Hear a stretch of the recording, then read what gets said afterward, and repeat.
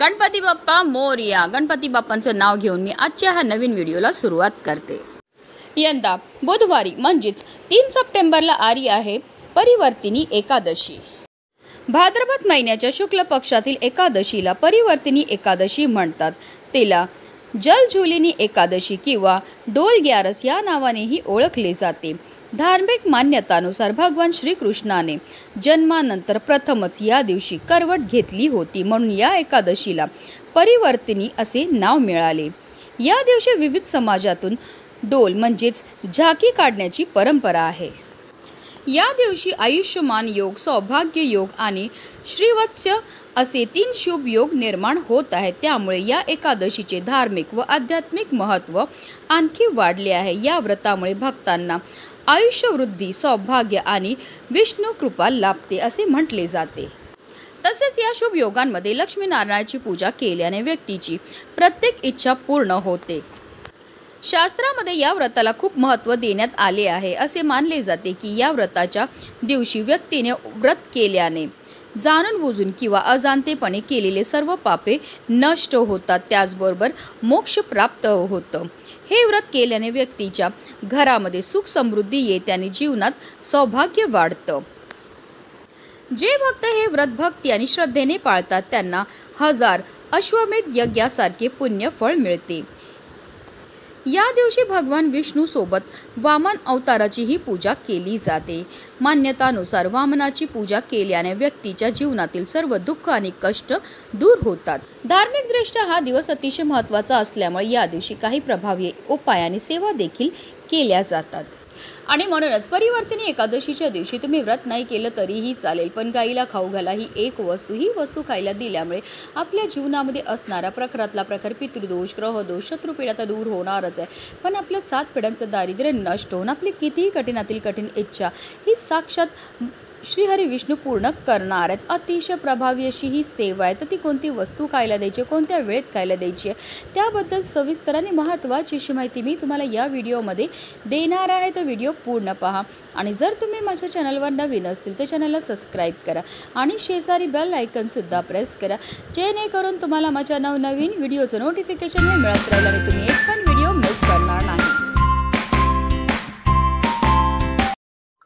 हिंदू धर्मामध्ये परिवर्तिनी एकादशीला विशेष महत्त्व आहे। या एकादशीच्या दिवशी स्नानाला आणि दानाला विशेष महत्त्व हे दिलं जातं। या एकादशीला स्नान करून पूजा केल्याने हजारो यज्ञ करण्या इतके पुण्य मिळते। म्हणूनच आपल्याला परिवर्तिनी एकादशीच्या दिवशी ब्रह्ममुहूर्तावर उठायचं आणि अंथरुणामध्येच आपल्याला श्रीहरी विष्णू आणि माता लक्ष्मीचं स्मरण करायचं आणि स्नान करायचे। स्नान करताना आवर्जून आंघोळीच्या पाण्यामध्ये गंगाजल टाकून स्नान करायचे। त्यानंतर स्वच्छ वस्त्र परिधान करायचे, जर शक्य असेल तर लाल रंग किंवा पिवळ्या रंगाचे वस्त्र परिधान करा।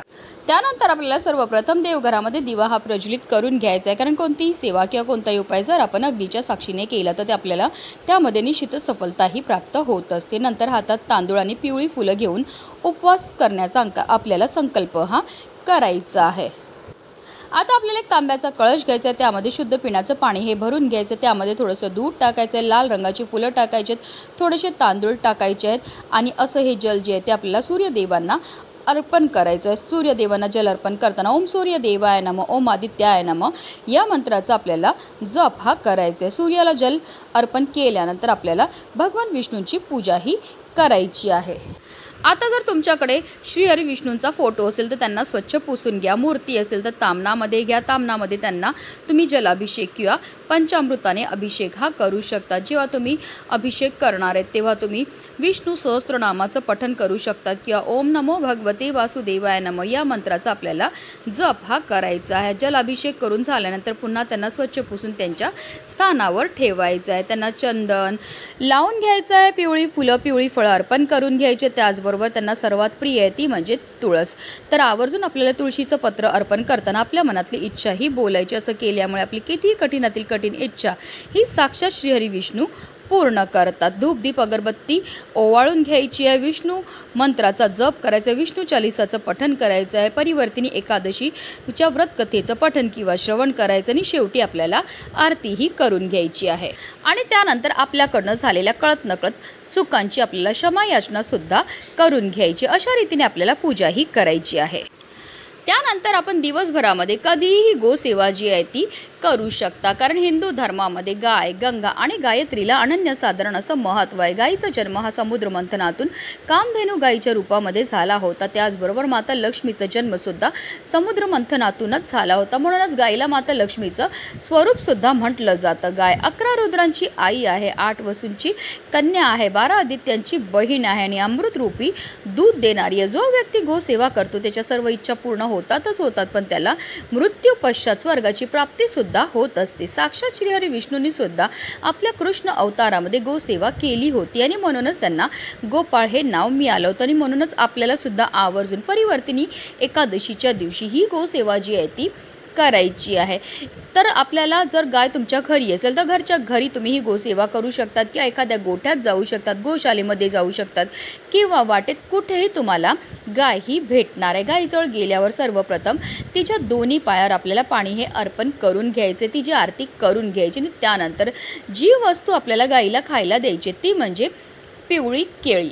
आता तुम्ही पिवळी केळी देऊ शकता, त्याचबरोबर गुळाचा खडासुद्धा गायीला खायला द्यायचा आहे. तुम्ही तुमच्या यथाशक्तीप्रमाणे कितीही केळी देऊ शकता, तुम्ही 5, 7 कितीही देऊ शकतात.